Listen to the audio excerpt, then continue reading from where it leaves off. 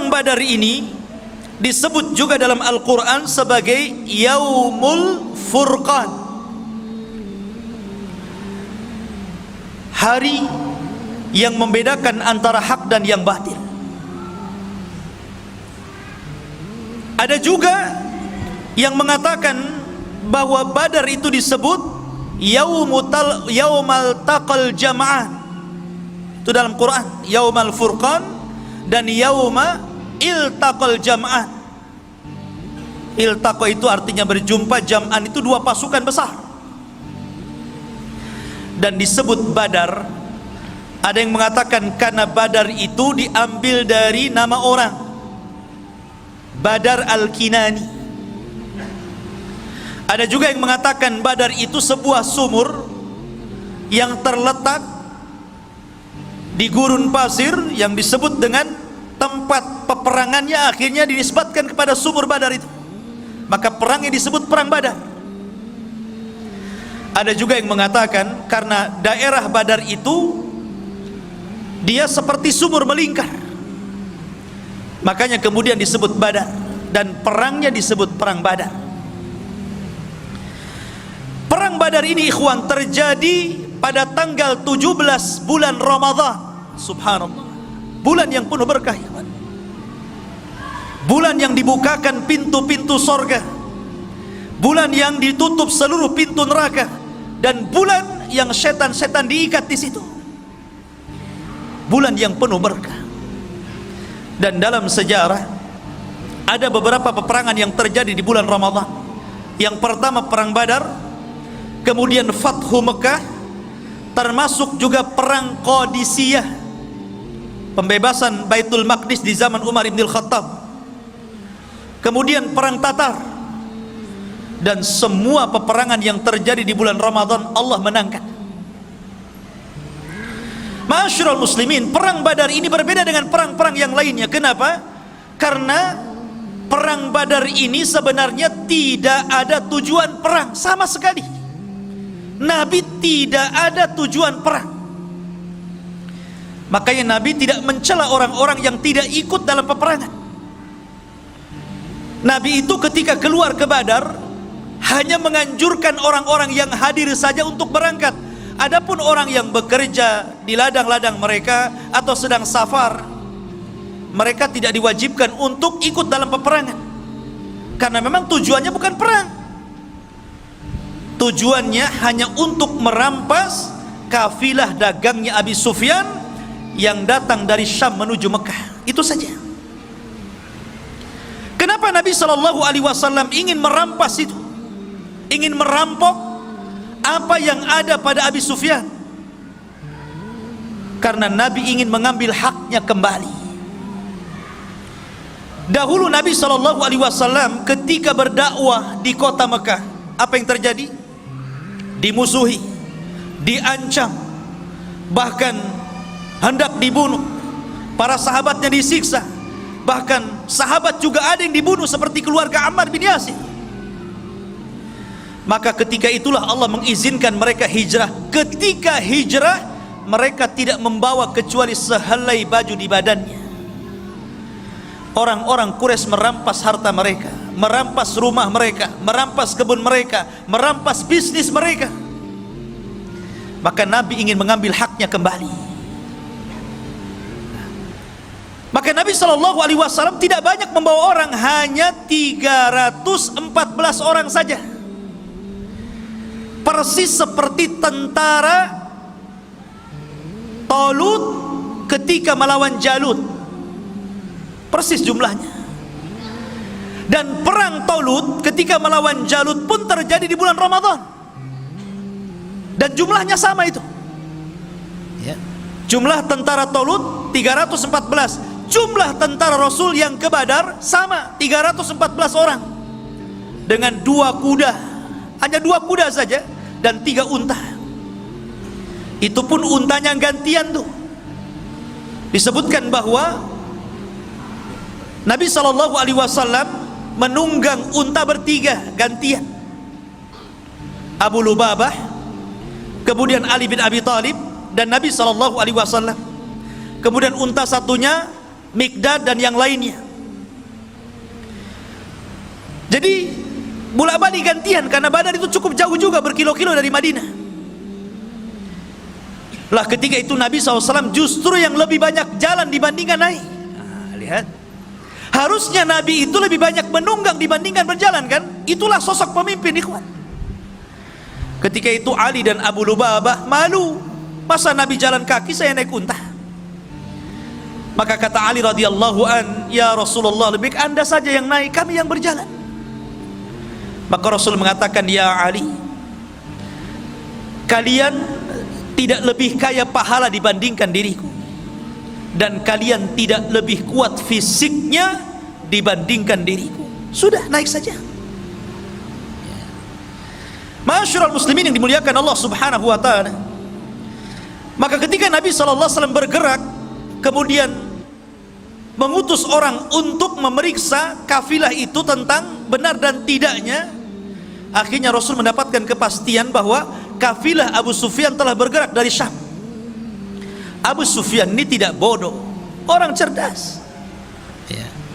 Ketika dia mendengar isu bahwa dia akan diserang oleh Rasul dan pasukannya, dia pun mengutus orang untuk mengecek ke Badar. Tidak puas, dia cek sendiri. Sampai di Badar gak ada orang, kecuali orang-orang yang memang tinggal di situ, beberapa orang saja. Kata Abu Sufyan kepada orang-orang yang tinggal di Badar, ada nggak pergerakan atau orang-orang ramai yang menuju ke sini? Orang situ tidak tahu, karena Nabi SAW dalam setiap peperangan selalu menggunakan taktik tawari. Tawari itu artinya, pamannya nih, dari sini ke Batam Center harusnya melewati jalan yang harusnya dilalui jalan besar, tapi dia mungkin belok ke Bengkong dulu sana. Itu namanya tawari. Setiap peperangan Rasul seperti itu, kecuali dua peperangan. Pertama perang Badar, yang kedua perang Tabuk. Itu betul-betul dilalui dalam jalan aslinya.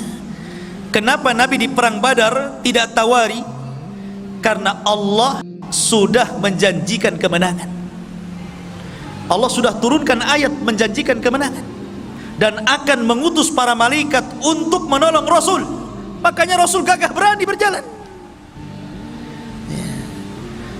La ma'asyiral muslimin. Jadi Abu Sufyan ini mencari-cari, rupanya tidak ada pergerakan di situ. Tapi Abu Sufyan kemudian mendengar berita ada dua orang yang lewat di sini. Rupanya Abu Sufyan mencari bekas-bekasnya itu. Ketemulah kurma yang jatuh dan dia tahu itu kurma Madinah. Kata Abu Sufyan, benar. Ini Rasul ini sudah membawa pasukan. Ini kurma Madinah, di sini tidak ada kurma. Dari situlah kemudian Abu Sufyan pun langsung membelokkan rute jalannya untuk menyelamatkan dagangannya. Dan dia mengutus Dhamdham. Dia mengatakan, ya Dhamdham, berapa hari kau bisa berjalan ke Mekah, ke Quraisy? Kata Dhamdham, 2 minggu. Kata Abu Sufyan, bagaimana kalau seandainya ku beri ongkos 5 kali lipat daripada ongkos biasa, tapi kau harus sampai 2 hari sampai di sana. Bisa bayangkan, 2 hari yang ditempuh 2 minggu jadi 2 hari pakai kuda. Gimana nasib kudanya itu? Ya tentu dia tidak istirahat kan gitu, 2 hari harus sampai. Maka Dhamdham pun kemudian dengan berjalan kencang menuju mana? Menuju Quraisy, ingin memberitahu Abu Jahal. Sampai di Quraisy, dia udah kecapean, udah kecompang-camping semuanya kan. Dia pun naik ke atas bukit. Kemudian kebiasaan tradisi Arab, kalau membawa berita yang sangat menghebohkan dan mengkhawatirkan, maka selalu melepas bajunya dan membalikkannya. Itu tradisi mereka. Kemudian dia berteriak-teriak dan mengatakan, sesungguhnya dagangan-dagangan kalian yang dibawa Abu Sufyan terancam dan dia tidak bisa mempertahankan karena dia sendirian. Maka mendengar bahwa harta-harta mereka akan dirampas Rasul dan para sahabatnya, maka Utbah dan Abu Jahal, Fir'aunnya umat ini, langsung bergerak mengumpulkan seluruh orang-orang Quraisy dan memaksa untuk keluar semuanya. Tidak boleh satu pun yang tinggal. Kalaupun dia tidak ikut dalam perang, minimalnya dia harus menggantikan dan membayar orang sebagai gantinya. Ketika itu ada kisah Umayyah ibn Khalaf. Umayyah bin Khalaf ini sudah tua, badannya gemuk, ya tidak segemuk saya lah ya, gemuk. Dia minta uzur, tidak mau berangkat gitu kan. Kenapa? Karena sebelumnya ada tokoh syair, tukang penyair, tokoh paling hebat, tukang syairnya Arab ya.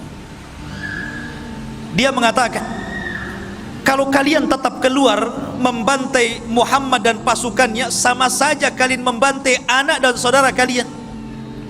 Bukankah mereka lah kerabat-kerabat kalian juga di sini? Lebih baik sudah tinggal di sini. Tapi Abu Jahal mengatakan tidak. Kita akan berangkat, kita akan bunuh Muhammad dan pasukannya. Setelah itu kita akan bernyanyi, kita akan minum khamar, dan kita akan rayakan kemenangannya. Dan tidak ada yang bisa untuk menakut-nakuti Arab setelah ini. Ketika itu Umayyah bin Khalaf, dia minta uzur. Nampaknya saya tidak bisa berangkat. Abu Jahal cerdas, ini Umayyah ini pimpinan nih. Kalau dia tidak ikut, kabilahnya bisa tidak ikut. Akhirnya kemudian dia bawa kayu gaharu. Antum tahu gaharu? Yang dibakar itu, di Jabal Uhud itu ya. Kayu gaharu ya. Kayu gaharu itu zaman itu digunakan untuk pewangian perempuan. Jadi kalau perempuan mau kawin, biasanya diletakkan kayu dibakar, kemudian bajunya itu dikebas-kebaskan biar wangi. Kayu gaharu itu artinya itu untuk perempuan. Abu Jahal membawa kayu gaharu, diletakkan di depan Umayyah bin Khalaf. Kata Umayyah, ngapain kamu bawa gaharu ke sini? Ya, karena engkau perempuan, katanya. Kalau engkau laki-laki, engkau akan ikut perang. Oh, lihat cerdas ya. Akhirnya kemudian bangkit keberaniannya. Kenapa Umayyah itu takut berperang? Karena dia pernah mendengar ramalan dari siapa? Dari kawannya Sa'd bin Mu'adz. Sa'd bin Mu'adz ini pemimpin Ansar, dan dia berkawan dengan Umayyah di masa jahiliyah, dan di masa Islam pun tetap baik. Jadi ketika Sa'd ibn Mu'adz ini umrah, ingin tawaf gitu kan di Ka'bah, dan dia sudah masuk Islam, Umayyah bin Khalaf ini siap menjamin keamanannya. Karena dia tahu siapa ini pembesar orang-orang Ansar, orang-orang Madinah, orang-orang Yathrib. Tapi kemudian ketika ketemu dengan Abu Jahal, tidak suka Abu Jahal, kemudian mengancam untuk membunuhnya. Tapi Sa'ad Ibnu Mu'adz ini mengancam balik Abu Jahal, kalau engkau ingin membunuhku wahai Abu Jahal, ingat, seluruh orang-orang yang berniaga dari Mekah ke Syam, rutenya lewat jalur rute jalanku. Akan kusuruh anak buahmu membantai kamu dan orang-orang yang berdagang ke Syam. Ketika itulah, karena Umayyah tidak membelanya, dia mengatakan, ingat wahai Umayyah, aku pernah mendengar Nabi SAW mengatakan bahwa engkau akan dibunuh. Engkau akan dibunuh.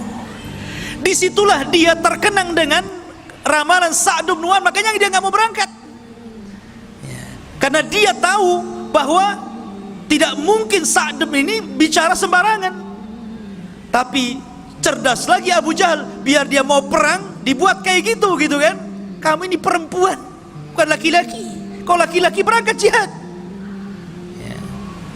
Akhirnya bangkit, diajak juga anaknya. Semuanya keluar kecuali kabilah Bani Adi dan Abu Lahab.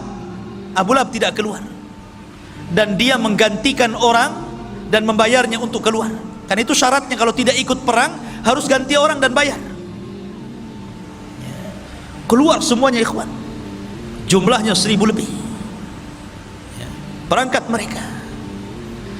Lah Nabi SAW ikhwafidin muliakan Allah subhanahu wa ta'ala, di sisi lain maka Nabi SAW kemudian mendengar ada pasukan besar yang digerakkan oleh para pembesar Quraisy, sementara Rasul ini nggak ada persiapan, bukan mau perang kok.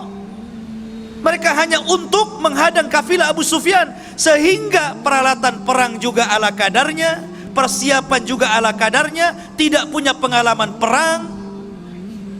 Makanya Nabi SAW bermusyawarah ketika itu, karena ini urusannya orang-orang muhajirin, bukan orang-orang ansor. Ini kan urusannya orang muhajirin, orang ansor nggak terlibat di sini. Nabi itu kan ingin mengambil hak orang-orang muhajirin, orang ansor nggak ada urusan di sini.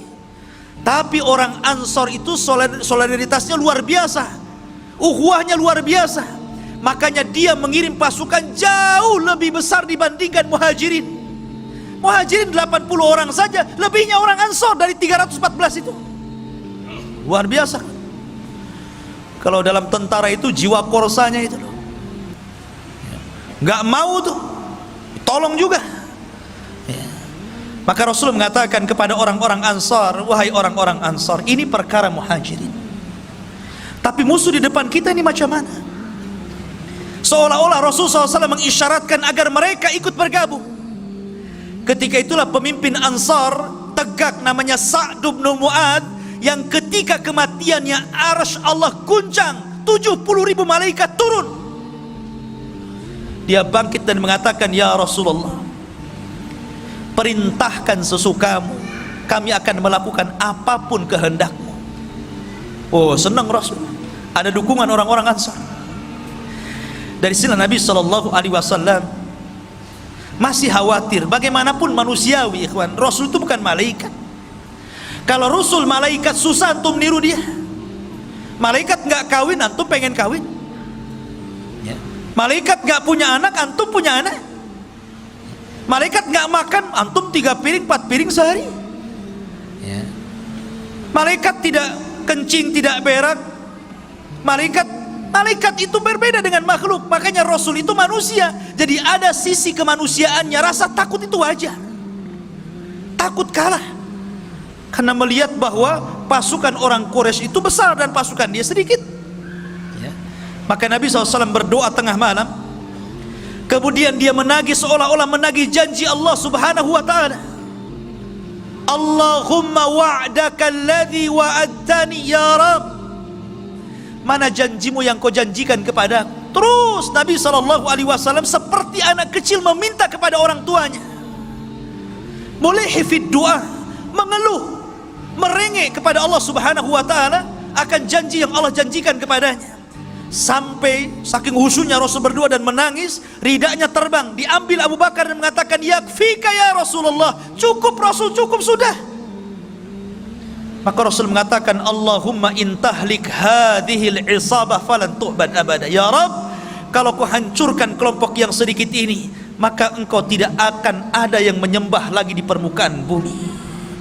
Dari sini menunjukkan bahwa perang Badar itu penentu antara hak dan yang batil, penentu berjalannya agama atau tidak. Makanya saya katakan di awal, kalaulah Allah tidak memenangkan dalam perang Badar, antum tidak mungkin ada di sini, dan tidak mungkin antum beragama Islam. Mungkin antum sudah para penyembah berhala seperti orang-orang Quraisy. Masyarul muslimin yang dimuliakan Allah Subhanahu wa ta'ala. Dari situlah kemudian Nabi SAW diwahyukan dan dijanjikan dengan apa? Dengan 1000 malaikat akan diturunkan.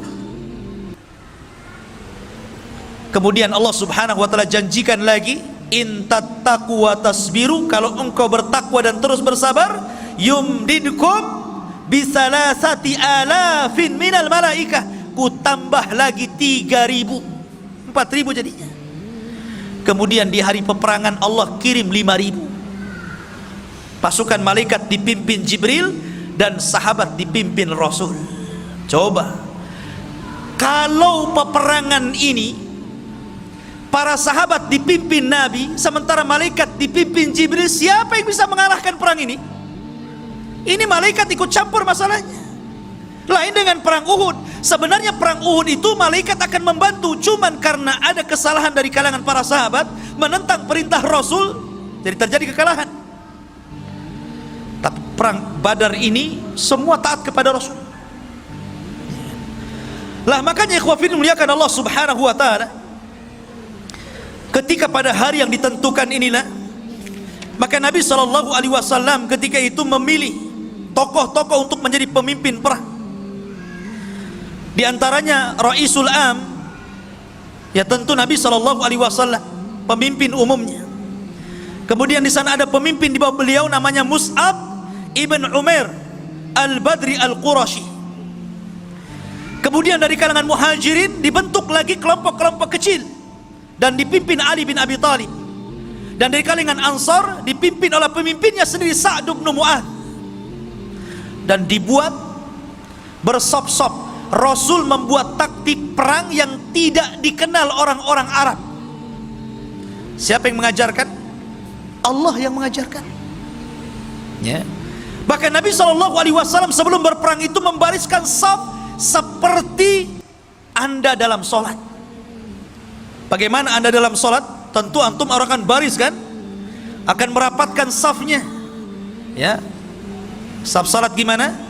Tumit dengan tumit berjumpa, bahu dengan bahu berjumpa. Makanya kalau sholat itu kaki jangan terlalu meregang, nanti bahunya nggak ketemu. Harus sama, jadi bahunya ketemu, tumitnya juga ketemu. Itu namanya merapatkan saf dan meluruskannya. Kalau seperti itu pasti lurus tuh safnya. Ini mah enggak ya, imamnya ngomong apa? Rapatkan saf kalian. Tapi ketika sang imam jadi makmum, dia pula yang tidak merapatkan safnya. Cemana pula imam ini? Masyarul muslimin yang dimuliakan Allah Azza wa Jalla. Lah setelah itu kemudian Nabi SAW membariskan. Ada satu kisah ketika Rasul membariskan saf tentara ini. Ada yang mengatakan ada seorang namanya Sawad, ada yang mengatakan Ukasa bin Mihsan. Jadi orang itu lurus barisnya, ini agak ke depan nih. Maka Nabi SAW mengambil tongkat kemudian memukul perutnya supaya mundur. Nabi SAW tegas, ikhwan. Rupanya kejadian ini teringat satu kisah di saat akhir wafatnya Nabi SAW. Ketika Nabi SAW sudah sakit parah, kemudian mengumpulkan para sahabatnya dan mengatakan di hadapan para sahabatnya, wahai manusia, ya ayyuhan nas, man kuntu dharabtu dhahran fahadha dhahri falyaqtas minni. Wahai manusia, siapa yang dulu pernah kupukul punggungnya, nih punggungku, kisah sekarang. Ketika itu semua para sahabat terdiam. Tidak mungkin para sahabat bicara ketika bicara Rasul. Tidak mungkin para sahabat berani ketika Nabi sedang berceramah. Tiba-tiba ada seorang sahabat bangkit kemudian mengatakan, ana ya Rasulullah, ma dumta talabtal qasas fa ana aqtas ming. Selama engkau menuntut kisos, saya ingin mengkisos dirimu. Wih, semua melihat sahabat ini. Kurang ngajar nih sahabat ini. Ya. Nabi sudah sakit, tiba-tiba bangkit kemudian mengatakan seperti itu. Ali datang, ya Rasulullah, biar saya yang dipukul. Abbas datang mengatakan, ya Rasulullah, biar saya yang dipukul. Kata Rasul, diam, biar dia kisos aku. Rupanya laki-laki itu namanya Ukasa bin Mihsan, yang tadi itu di perang Badar dipukul itu. Dia minta kisos dia. Ya. Maka kemudian Ukasa datang kepada Rasul. Rasul kaget, kenapa? Ini Ukasa. Ukasa ini siapa? Satu di antara sahabat yang dimasukkan dalam 70.000 orang yang masuk surga tanpa hisab dan azab. Kata Rasul, ketika dia bermimpi di padang mahsyar, dia melihat ke arah kiri ada umat yang sangat besar. Kemudian malaikat mengatakan, itu bukan umatmu, itu umatnya Musa. Kemudian melihat ke arah kanan ada yang lebih besar lagi, kata Jibril, itulah umatmu. Dan dari umatmu ada 70.000 manusia yang masuk surga tanpa hisab dan tanpa azab. Ciri-cirinya, mereka tidak minta ruqyah, mereka tidak minta dikai, mereka tidak tatoyur, dan mereka senantiasa bertawakal kepada Allah Subhanahu wa ta'ala. Ukasah bangkit, Rasul, doakan aku termasuk mereka. Kata Rasul, ku doakan kau termasuk mereka. Maka Rasul kaget, ya Ukas, rupanya engkau. Bukankah aku sudah berdoa kepadamu, engkau dimasukkan 70.000? Kenapa kau meminta kisos kepadaku? Maka Ukasha mengatakan, engkau yang meminta. Bukankah engkau yang meminta, wahai Rasul? Maka saya ingin mengkisos diri. Maka Rasul mengatakan, ambilkan tongkat, berikan kepadanya. Maka Ukasha dengan gemetaran mengambil tongkat. Kata Ukasha, Rasul, waktu kau pukul diriku, aku nggak pakai baju, maka kamu harus melepas bajumu. Makin lagi marah sahabat ini kan, ya apa ini Ukasha ini? Ya, akhirnya Nabi SAW melepas bajunya. Ya. Sudah hampir goyang, sahabat dah tegang itu ya kan, digoyang-goyang kan tegak tuh, tegang semuanya. Ini betul tak betul lah kan gitu. Maka dilemparlah tongkat itu, langsung memeluk perut Nabi SAW dan mengatakan, ya Rasulullah, aku ingin menjadi orang yang terakhir yang bersentuhan kulitku dengan kulitmu. Ukasha bin Mihsan. Jadi Nabi merapihkan saf dalam perang Badar itu. Ya. Ma'asyiral muslimin yang dimuliakan Allah Subhanahu wa taala. Maka dalam tradisi jahiliyah, dalam tradisi perang orang-orang dulu, sebelum berperang ada istilah mubarazah namanya. Mubarazah itu lawan tanding. Nih jagoanku, mana jagoanmu. Begitulah perang dulu. Ya. Lah ketika itu orang-orang Quraisy mengeluarkan jagoan-jagoan mereka dan menantang jagoan-jagoan Nabi SAW. Maka ketika itu dikeluarkanlah Utbah bin Rabi'ah, orang yang paling benci kepada Rasul. Kemudian saudaranya Syaibah bin Rabi'ah. Kemudian anaknya Utbah juga, Al-Walid ibn Utbah bin Rabi'ah. Ini orang sangar-sangar nih, orang-orang garang-garang dari Quraisy. Mereka orang-orang yang paling jahat. Kemudian Nabi SAW mengeluarkan 3 orang Ansar, tapi ditolaknya dan mengatakan, kami tidak ada urusan dengan orang Ansar, kami ingin keluarkan jagoan kalian dari Muhajirin. Maka Nabi SAW ketika itu memilih 3 orang, Hamzah, Asadullah, singa Allah, Sayyidus Syuhada, pemimpinnya para syuhada di sorga, dikeluarkan untuk melawan Syaibah bin Rabi'ah. Kemudian Rasul memerintahkan Ali bin Abi Thalib untuk melawan Al-Walid ibn Utbah bin Rabi'ah. Kemudian Rasul mengeluarkan Ubaidah ibnul Harith dan melawan Utbah bin Rabi'ah. Maka terjadilah pergulatan hebat. Hamzah, Asadullah sekali tebas saja matilah Syaibah. Kemudian melihat Ali kewalahan melawan Utbah, dibantunya ditebas lagi, meninggal Utbah. Kemudian Al-Walid ibn Utbah juga meninggal di tangan Ali. Cuman Ubaidah ibn al-Haris ketika dia bergulat dengan Utbah ini memang agak sengit, saling bacok-bacokan ya, kayak orang carok gitu ya. Sehingga lukanya ini menjadikan dia tidak tahan lama hidup. Kemudian dia meninggal dan Rasul mengatakan, asyhadu annaka syahid ya Ubaidah, saya bersaksi engkau telah menjadi syahid. Maka ketika jagoan-jagoan mereka kalah dan meninggal, marah Abu Jahal. Dari setelah kemudian Abu Jahal menggerakkan pasukannya. Mereka tidak paham bagaimana Allah sudah mengajarkan taktik perang. Bahkan mereka tidak tahu bahwa di belakang pasukan Rasul ada 5.000 malaikat, dipimpin oleh Jibril, menggunakan kuda putih, dan dilihat oleh orang-orang kafir dan tidak dilihat orang-orang yang beriman. Jadi yang melihat hanya orang kafir saja. Orang yang beriman tidak tahu. Bahasanya antum baru nyabut golok, kepala orang sudah melayang gitu. Enak nggak kalau perang kayak gitu tuh? Antum baru ngambil pedang gitu kan, kepalanya sudah melayang.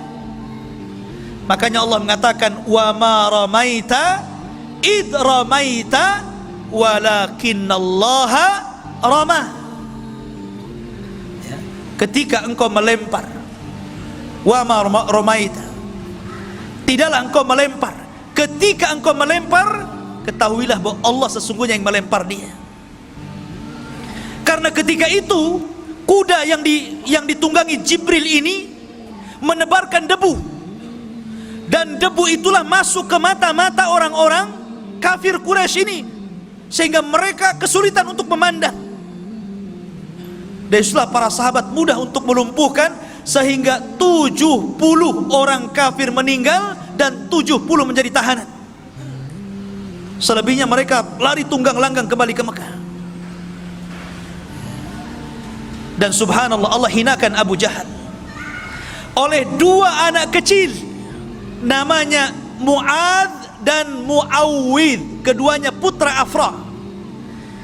Ini anak kecil ini ikut perang, si Mu'adz dan Mu'awwidh ini. Dia kan orang Madinah, nggak tahu Abu Jahal mukanya kayak apa, dia nggak tahu.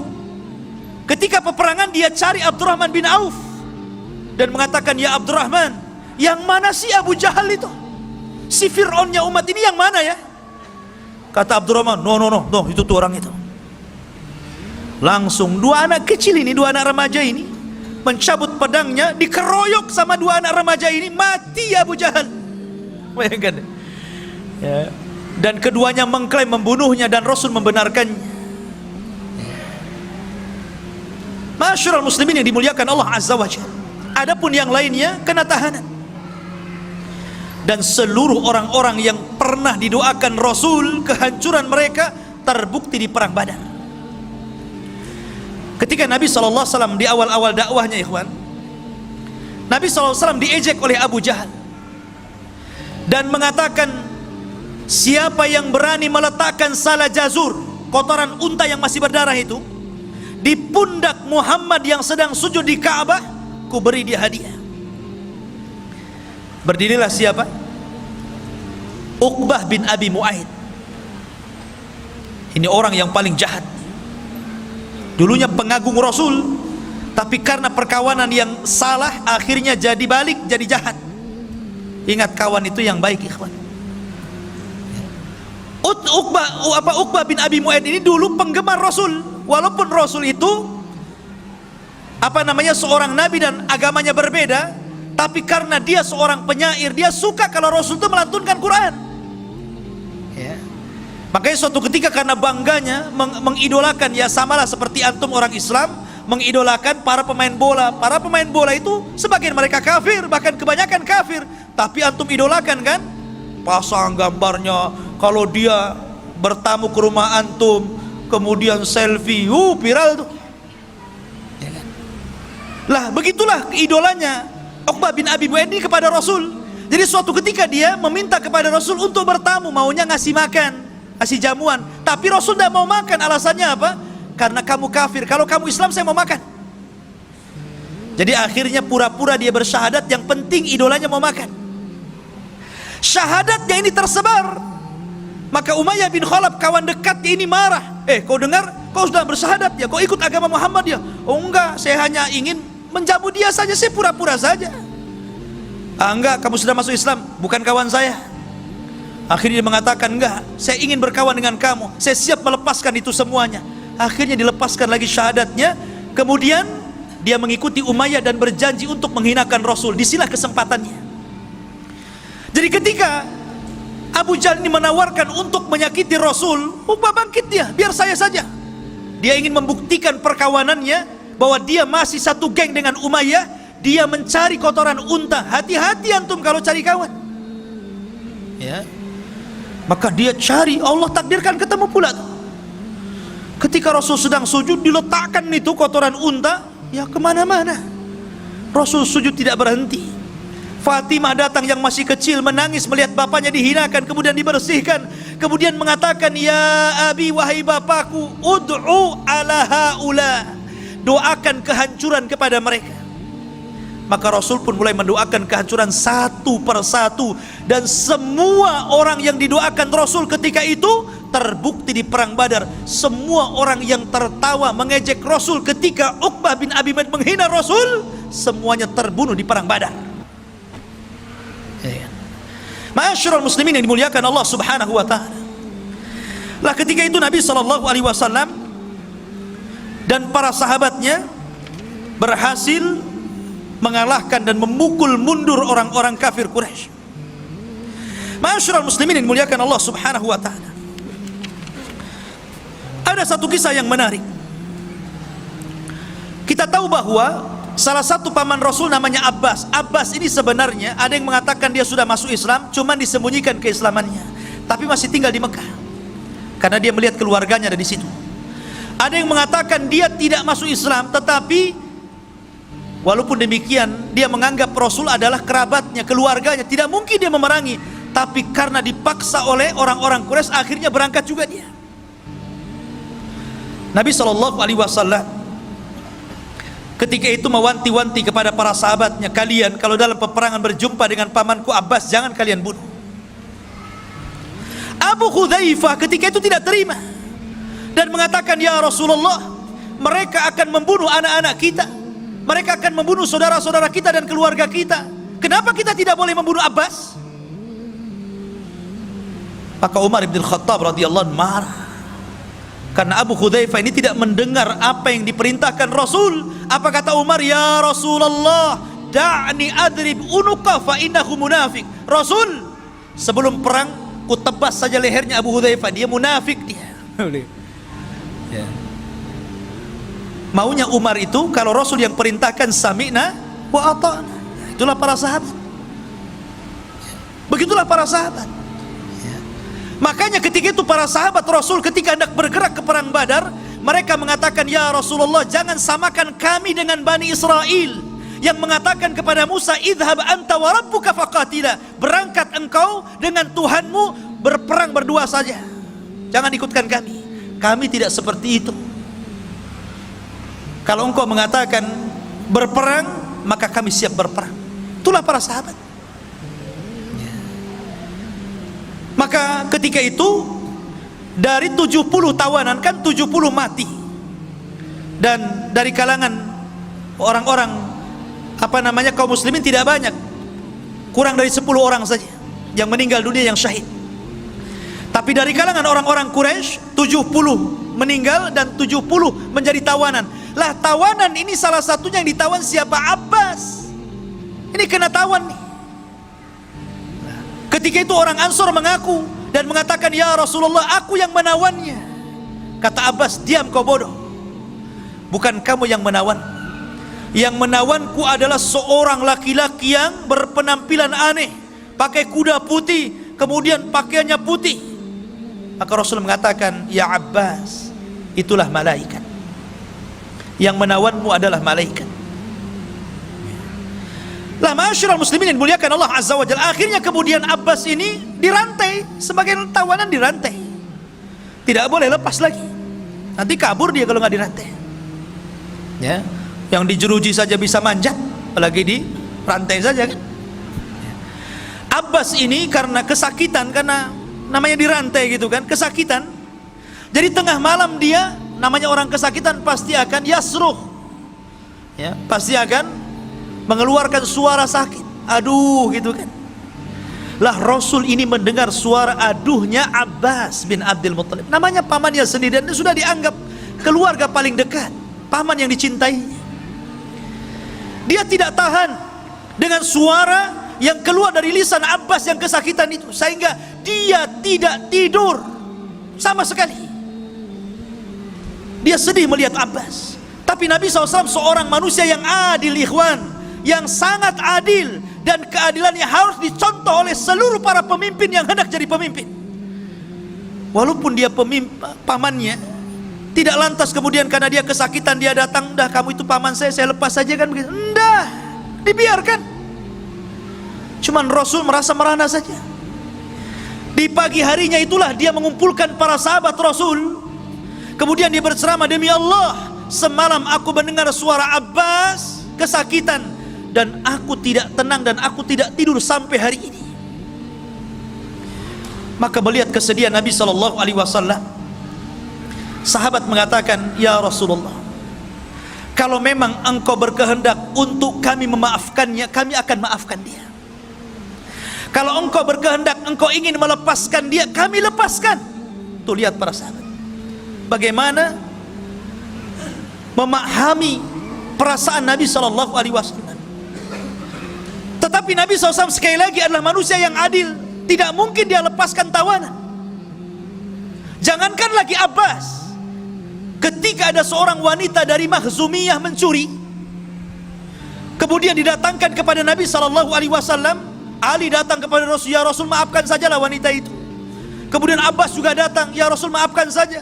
Akhirnya sampai meminta Usama yang lembut, anak angkat Rasul, biar Rasul maafkannya. Tapi Rasul mengatakan, ayyuhan nas, aimullah, lau kana Fatimatu bintu Muhammadin saraqat laqata'tu yadah.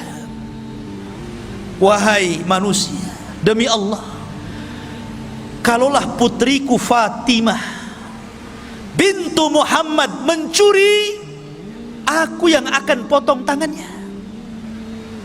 Lihat bagaimana keadilan Rasul. Makanya kemudian mengatakan kepada Usama, ya Usama, jangan kau uji diriku ya. Sesungguhnya hancurnya umat terdahulu apabila orang-orang mulia mencuri, maka ditinggalkan hukum hudud. Tapi apabila orang-orang lemah yang mencuri, maka mereka menegakkan hukum hudud. Rupanya sabda Rasul ini menjadi kenyataan hari ini. Kalau para pejabat yang mencuri, para koruptor-koruptor itu enak ya, penjaranya jaga enak. Enak nggak tuh penjaranya itu? Enak gitu kan. Tapi coba kalau yang nyuri itu orang-orang rendah gitu, nyuri nasi bungkus dikejar, dibakar sama ban. Masyarul muslimin yang dimuliakan Allah Subhanahu wa ta'ala. Intinya bahwa Nabi SAW membiarkan Abbas, kata Rasul, tidak, biarkan dia terikat. Dan jangan lepaskan siapapun kecuali dia bayar tebusan. Walaupun Abbas, dia harus bayar tebusan. Itulah keadilan, harus ditegakkan, tetap harus ditegakkan, tidak bisa. Ya. Masyarul muslimin yang dimuliakan Allah Subhanahu wa ta'ala. Adapun Al-Haris ini saudara Abu Jahal, dia lari. Padahal Al-Haris ini orang yang paling berani di kota Mekah, orang yang paling kuat dia. Tapi dia melihat peperangan yang rasanya tidak mungkin menang, lari dia, takutan. Maka dikejar oleh Hasan ibn Thabit, seorang penyair Rasul, kondang penyair Rasul. Ya, penyair karena di zaman itu media dengan syair. Belum ada YouTube, belum ada Instagram, belum ada WA, nggak ada. Pakai syair. Dikejar sama Hasan, kemudian Al-Haris pun dibunuh di tengah jalan. Ya. Adapun Umayyah bin Khalaf lain lagi ceritanya. Umayyah bin Khalaf ini kawannya Abdurrahman bin Auf, baik dalam semasa jahiliyah ataupun ketika Abdurrahman bin Auf sudah masuk Islam, itu masih berkawan tuh, masih rekan bisnis. Ya, antara Umayyah bin Khalaf dengan siapa? Dengan Abdurrahman bin Auf. Tapi Umayyah ini tidak suka memanggil Abdurrahman. Dulu Abdurrahman bin Auf itu namanya Abduddar namanya. Setelah dia masuk Islam, diganti namanya menjadi Abdurrahman. Orang-orang musyrik Arab itu tidak suka dengan nama Abdurrahman. Makanya dia mengatakan kepada Abdurrahman, ya Abdaddar. Tapi Abdurrahman tidak mau nengok, nggak suka nama itu nama jahiliyah. Makanya antum kalau punya nama yang tidak bermakna, apalagi namanya aneh-aneh gitu kan, ada namanya Jahannam gitu kan, apa ini antum kasih nama Jahannam, gantilah. Ya, jadi dia nggak suka. Akhirnya kemudian kata Umayyah, wahai Abdaddar, kalau aku panggil dirimu Abduddar, kau tidak suka. Tapi kalau engkau berkehendak dipanggil Abdurrahman, aku yang tak suka. Ya. Sekarang ku panggil saja dirimu Abdul Ilah. Baru kemudian karena disebut Abdul Ilah, Abdurrahman menengok. Ya, ada apa wahai Umayyah? Umayyah ini tahanan masalahnya, ya kan? Kata Umayyah, ya Abdurrahman, kita kan sudah berkawan, sudah CS lah kita ini, tolong lindungi aku. Kita ini berkawan semasa jahiliyah, kawan bisnis. Maka kemudian Abdurrahman melihat kasihan kepada Umayyah. Dia mengatakan, ya Muhajirin, ya Ansar, Umayyah bin Khalaf atas tanggunganku, aku yang jamin dia. Oh, mendengar itu Bilal nggak terima, karena Bilal itu disiksa oleh Umayyah bin Khalaf. Ingat ceritanya Bilal? Bilal dibawa ke padang pasir, kemudian ditindih dengan batu panas, kemudian dipaksa murtad, hampir mati Bilal hanya menyebutkan ahadul ahad. Siapa yang menyiksa Bilal? Umayyah bin Khalaf. Tiba-tiba Bilal bangkit dari belakang dan mengatakan, tidak, kata Bilal. Pada orang-orang Muhajirin dan Ansar setuju tuh, karena mereka menghormati siapa? Abdurrahman. Siapa yang tidak kenal Abdurrahman? Tapi Bilal bangkit dan mengatakan, inna jauta gimana? Laula najauta fala najah. Kalau seandainya engkau ingin selamat, maka engkau tidak akan selamat. Kalau seandainya engkau ingin selamat, engkau tidak akan selamat. Maka ketika itu seluruh para sahabat melihat Bilal. Ketika itu Bilal mengacungkan pedang. Maka kemudian para sahabat mengisyaratkan kepada Abdurrahman untuk menunduk, supaya tidak melihat kawannya dibunuh Bilal. Karena itu aib membunuh orang di depan kawannya. Maka Abdurrahman langsung menunduk. Bilal datang menebas leher Umayyah, kemudian menyembelihnya. Ma'asyiral muslimin yang dimuliakan Allah subhanahu wa ta'ala, itulah tragis tawanan-tawanan yang dahulunya mereka sangat menghina Rasul, akhirnya mereka mendapatkan akibatnya. Maka jangan pernah lecehkan agama, jangan menghina Allah, jangan menghina Rasul, jangan menghina Al-Quran, nanti akan ada akibatnya. Ma'asyiral muslimin yang dimuliakan Allah subhanahu wa ta'ala. Kemudian juga ada kisah yang lainnya yang cukup menarik. Dalam perang Badar, ikhwah fillah dimuliakan Allah subhanahu wa ta'ala, kita tahu bahwa tawanan-tawanan ini menjadi khilaf antara Abu Bakar dan Umar. Kata Abu Bakar, ya Rasulullah, mereka itu kerabat kita, masih saudara kita. Bagaimana kalau seandainya yang mampu bayar kita lepaskan, yang gak mampu maafkan saja? Kata Umar, tidak, mereka musuh Allah dan Rasulnya, mereka harus dibunuh. Lihat, Nabi ini cenderung kepada pendapatnya Abu Bakar, karena Rasul itu rahim. Makanya Rasul dan Abu Bakar itu selalu klop, maksudnya perasaannya itu halus. Lain dengan Umar.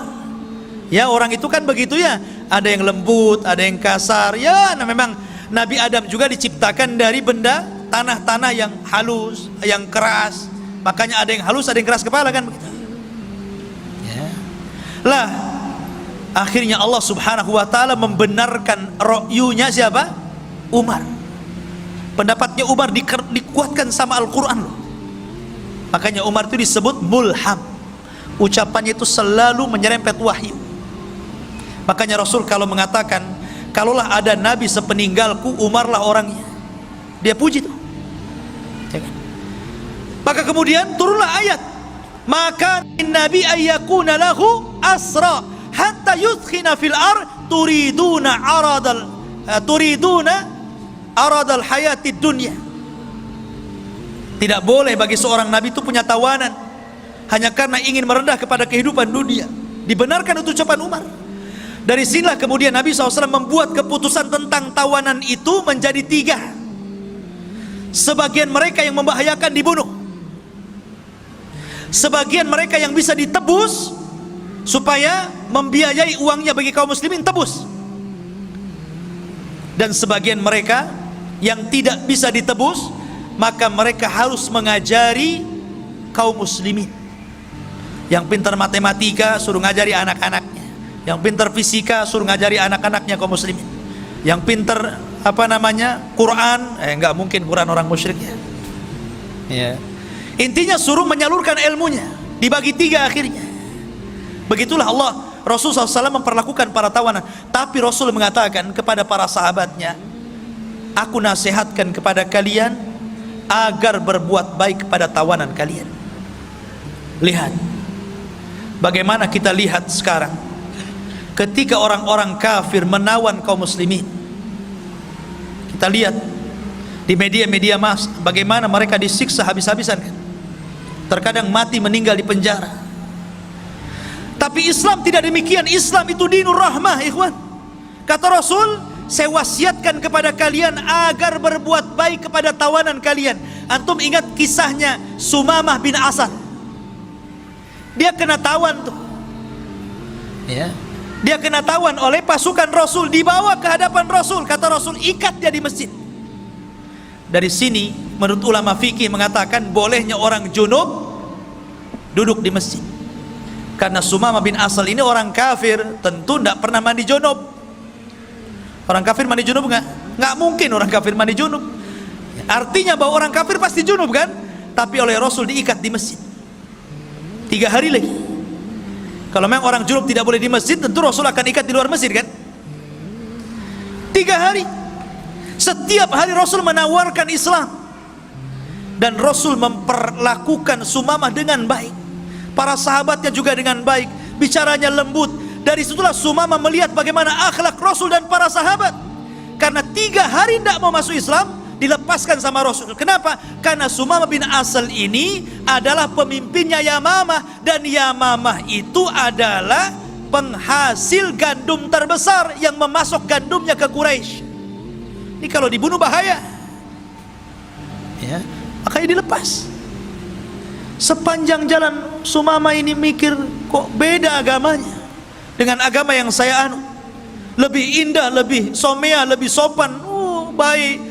Balik lagi dia, kemudian mengislamkan dirinya, asyhadu an la ilaha illallah wa asyhadu anna Muhammadar Rasulullah. Lihat, kan dia bisa aja pulang kan, balik lagi masuk Islam dia.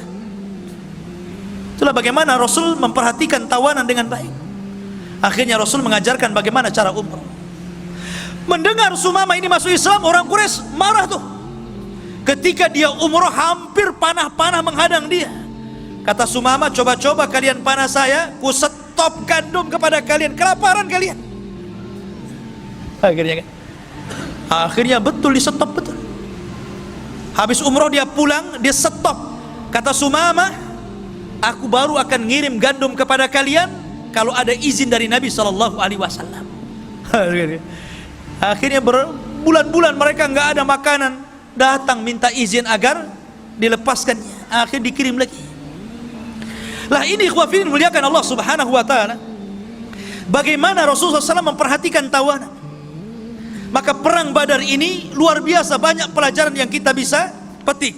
Salah satunya ikhwafin muliakan Allah Subhanahu wa taala, bahwa dalam perang ini, di mana Allah Subhanahu wa taala memuliakan agama ini karena mereka memuliakan Allah dan Rasulnya.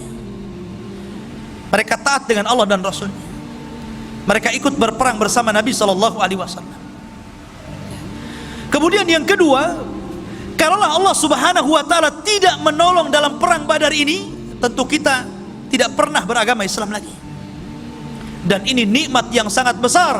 Makanya Badar itu perang pertama dalam Islam, perang pertama yang menentukan hak dan yang batil, perang pertama disembah dan tidaknya Allah, dan perang yang menentukan tegaknya la ilaha illallah. Itulah perang Badar. Makanya kenapa ikhwah fillah muliakan Allah Subhanahu wa taala, perang ini luar biasa. Kalau kita petik sedikit demi sedikit pelajaran dari perang Badar ini, luar biasa. Banyak pelajaran yang kita bisa petik. Cuman sayang memang waktu yang sangat singkat, sehingga kita hanya mengambil cuplikan-cuplikan kisah bagaimana keberanian Rasul dan juga para sahabat Nabi sallallahu alaihi wasallam. Ini saya bisa sampaikan. Ada pertanyaan di sini.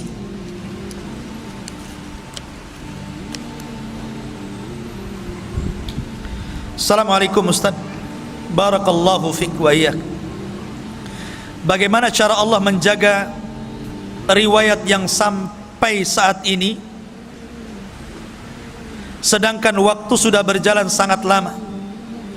Semenjak Rasul wafat, banyak kisah-kisah yang Ustaz sampaikan sampai dengan detail ini. Apakah tidak ada kesalahan dalam kisah-kisah tersebut? Gimana proses penyampaian riwayat kisah yang Ustaz sampaikan kepada kami? Soalnya ana pernah dengar kisah yang agak berbeda tentang orang yang minta kisos kepada Nabi sallallahu alaihi wasallam. Ya. Ya. Boleh. Iya. Bismillah, alhamdulillah. Tentang riwayat ini memang masih diperselisihkan tentang sahih dan dhaifnya, tentang riwayat Ukasah dan riwayat Sawad ini. Akan tetapi saya di sini sedang mengkisahkan sebuah kisah. Makanya kalau antum melihat tentang kitabnya Ibnu Katsir Bidayah wan Nihayah, itu dicantumkan ada yang riwayat yang sahih, ada juga riwayat yang tidak sahih. Terkadang kalau cerita para nabi dan rasul, terkadang kisah-kisah Israiliyat itu pun dimasukkan oleh beliau di situ. Karena kita sedang merunut sebuah sejarah. Ya. Merunut sebuah sejarah. Ya, tapi tentunya di atas langit masih ada langit. Kalaupun seandainya yang saya sampaikan kemudian antum mendapatkan ada riwayat yang sahih, mungkin riwayat yang saya sampaikan dhaif, alhamdulillah, itu menjadi sebuah tambahan ilmu untuk antum. Dan ini juga bagian daripada nasihat untuk saya. Tapi karena di sini makomnya sedang berkisah, tentu kita akan merangkai kisah itu sebagaimana runutan kisahnya supaya enak didengar dan tahu gambarannya seperti apa. Kalau kita mengkisahkan sesuai dengan hadis-hadis terputus-putus, tentu antum dengarnya juga nggak enak kan gitu. Antum sedang mensyarah sebuah hadis jadinya, bukan sedang mengkisahkan sebuah kisah. Beda ya. Kalau kita belajar hadis, ya tentu kita akan cek dulu tentang riwayatnya ini, namanya apa namanya, kesohihan dan tidaknya. Bagaimana hadis ini pandangan para ulama secara hadisiahnya, baru kemudian diambil hukum-hukum fikihnya kan. Tapi di sini saya sedang menceritakan sebuah kisah. Kisah secara umum seperti ini. Lah, untuk memperdalam kisah-kisah ini antum bisa baca lagi di buku-buku seperti Bidayah wan Nihayah Imam Ibnu Katsir, atau dalam kitab Rahiqul Makhtum, ya. Kemudian dalam kitab Ibnu Hisham dan kitab-kitab sejarah yang lainnya, antum kembangkan. Sebab kalau antum sudah tahu kerangka kisah, itu kalau antum baca, oh ya saya pernah dengar, ya. Oh seperti ini runutannya, ya. Jadi seperti itu. Sebab kalau seandainya kita ikutkan dengan riwayat-riwayatnya, bagaimana riwayat ini lemah, siapa di dalamnya, kemudian bagaimana pandangan ulama, nggak jadi berkisah ya, jadi mensyarah hadis jadinya, ya. Wallahu a'lam. Taib. Kemudian yang selanjutnya, Ustadz, apakah kami memiliki kesempatan masuk ke dalam golongan 70.000 masuk surga tanpa hisab dan adab? Ya, bisa. Karena Nabi SAW tidak menyebut orangnya, tapi menyebut sifatnya supaya akan ada sampai kiamat dibangkitkan. Yang pertama, sifatnya tidak minta diruqyah, bukan meruqyah atau minta diruqyah, itu tidak boleh. Boleh, tidak ada masalah. Maksudnya tidak minta diruqyah itu kalau tidak darurah. Kecuali kalau darurah, memang antum ini kesurupan atau apa, ada penyakit gitu kan, dan tidak ada jalan kecuali ruqyah, minta ruqyah nggak masalah dan nggak tetap masuk dalam 70.000. Maksudnya itu dia tidak berhajat, tahu-tahu minta diruqyah. Karena kenapa minta diruqyah ini mengeluarkan 70.000 orang yang dijanjikan masuk surga tanpa hisab dan adab? Karena takut mempengaruhi tawakal. Tawakal itu harus kepada Allah. Tapi ketika kemudian antum minta ruqyah, kemudian antum sembuh, nanti antum bergantung kepada ustadz yang meruqyah. Terkadang saking fanatiknya kepada ustadz yang meruqyah, yang ini mantap ustadz ini kalau meruqyah jinnya langsung minggat, yang ini agak seret-seret jinnya, ya. Jadi tawakalnya kurang, ya, makanya dilarang. Kemudian yang kedua, tidak minta kai. Kai itu mengobati dengan besi panas. Orang dulu itu kan kalau kena bacok pedang, zaman sekarang kan kalau kena luka kan banyak, ada betadin, ada ini, ada itu kan. Adalah supaya tidak tetanus kan gitu. Zaman dulu kan nggak ada obat-obatan kayak gitu. Maka supaya tidak membusuk, bekas lukanya itu ditancap besi panas. Sama dengan orang yang menghilangkan tato dengan setrika gitu kan. Zaman dulu kan begitu ya. Zaman dulu itu takut kalau punya tato ditangkap masalahnya. Kemudian terkadang mereka disetrika kan, nggak boleh gitu. Kenapa nggak boleh? Karena dikhawatirkan rasa takutnya melebihi dari rasa takut kepada Allah. Harusnya takut diberikan kepada Allah, jadi takut masih panas jadinya kan. Jadi mengurangi tauhid. Ataupun yang ketiga, tatoyur. Antum tidak menjadikan sesuatu yang antum lihat, antum dengar, ya kan? Antum meraba adanya keuntungan atau adanya kerugian dalam sesuatu. Bahasa lain, jangan menganggap sial dengan apa yang antum dengar, antum lihat atau antum rasakan. Namanya tatoyur. Tatoyur itu dari burung. Dulu di zaman jahiliyah kalau mau dagang, mungkin ke arah Syam, tidak ke arah Yaman, maka diterbangkan burung tuh. Kalau burungnya itu ngarah ke Syam, ini beruntung, hoki nih, berangkat nih, burung ini bawa hoki nih. Tapi kalau dia mau berangkat ke Syam, burungnya malah lari ke Yaman, nggak jadi. Ini sial nih. Tatoyur namanya. Zaman itu cuman burung saja jadi tatoyur. Zaman sekarang macam-macam orang tatoyur. Yang pakai burung masih ada ya. Kalau tengah malam ada burung gagak, kuak-kuak gitu kan. Wah, ada orang mati katanya. Ya kan? Kalau dulu zaman saya masih kecil gitu ada kupu-kupu besar, kupu-kupu sirama-rama gitu kan. Wah, ada menteri masuk rumah nih. Ya.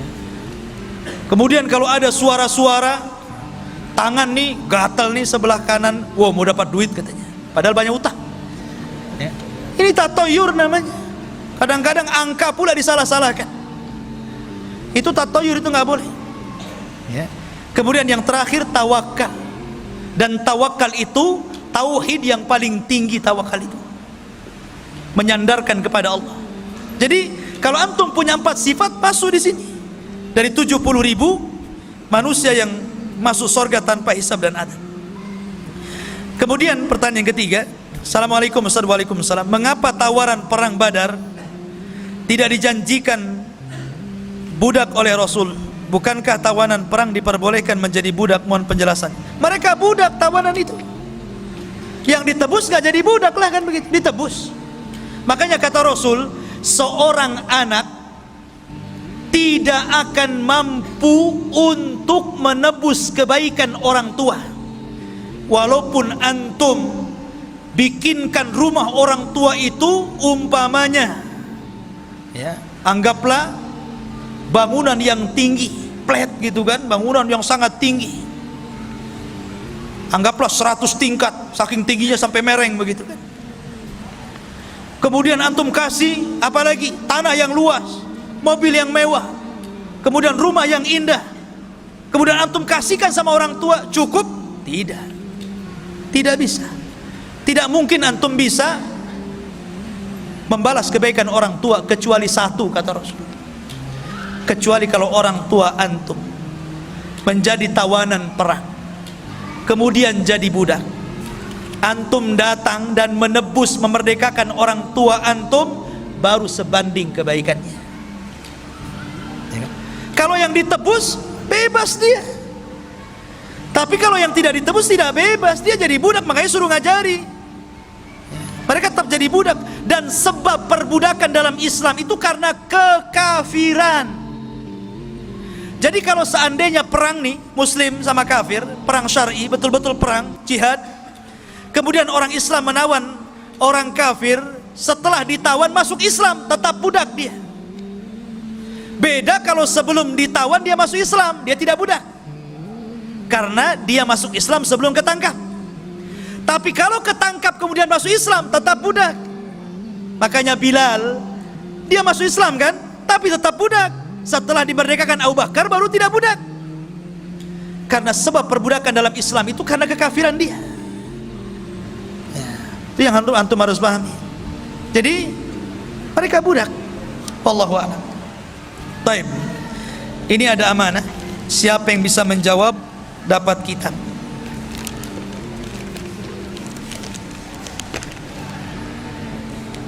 Dapat Al-Quran, Masya Allah.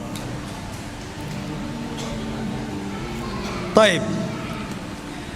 Pertanyaan yang pertama, kapan terjadi Perang Badar tanggal berapa dan bulan berapa? Main jawab aja. Tunggu dulu. Mana bulan?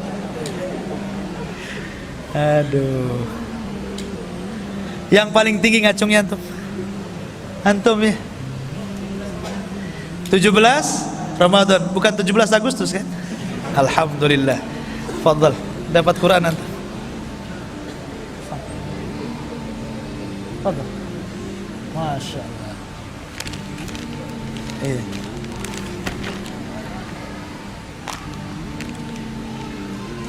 Berapa jumlah? Tunggu dulu antum nih. Berapa jumlah apa? Pertanyaan belum selesai udah dijawab. Hebat antum menebak ya. Taib, berapa jumlah pasukan dari kaum muslimin dalam perang Badar dan pasukan orang-orang kafir? Mulai itu ya, turun semua ya. Semangat antum. Paling depan, fadhal.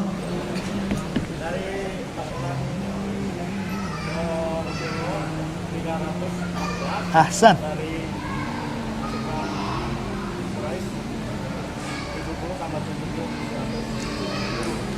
70 tambah 70 berarti 1000. Lah, kok jadi sedikit tentara kafir? Jumlah pasukan secara keseluruhan. Saya nggak bisa dipotong mushaf ini, jadi nggak bisa dikasih. Iya. Yang aja. 300, 1000. Alhamdulillah, jazakallah khairan.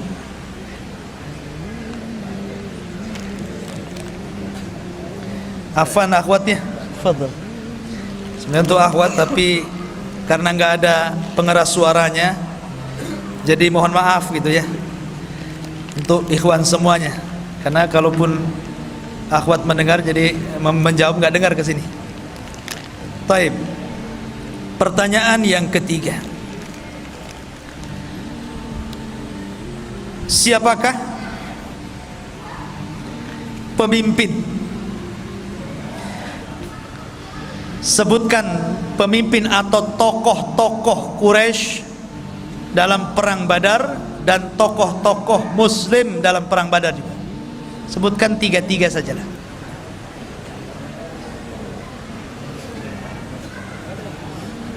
Tar, depan sudah. Ujung. Yang belakang, fadhal, berdiri. Berdiri, biar orang tahu.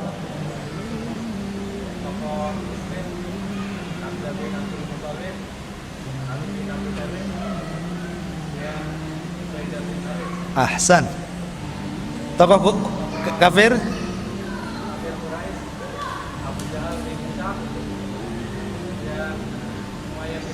Ayo. Ahsan, masya Allah. Fadhal, kuat hafalan antum.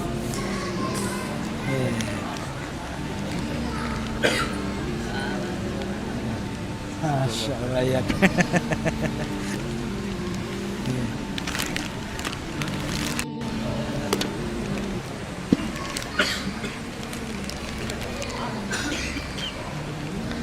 Taib.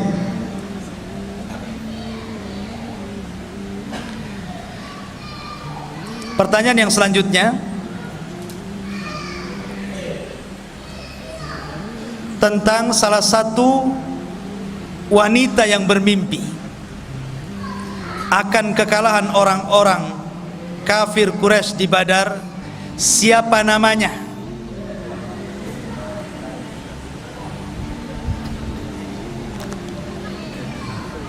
Sebelah sana belum namanya. Ujung. Atikah. Ahsan, Atikah. Fadhal. Coba apa?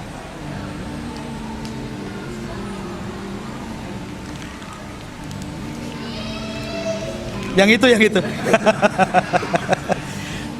Masya Allah, saklar. Taib, yang terakhir.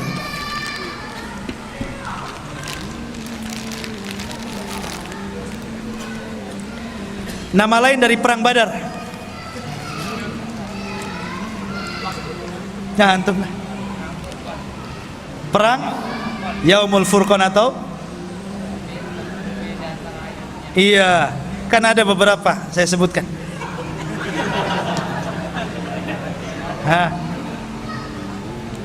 Sampingnya. Yaumul Taqal Jam'an, kemudian Yaumul Furqan, ahsan. Yaumul Furqan, Yaumul Taqal Jam'an dan perang Badar. Fadhal.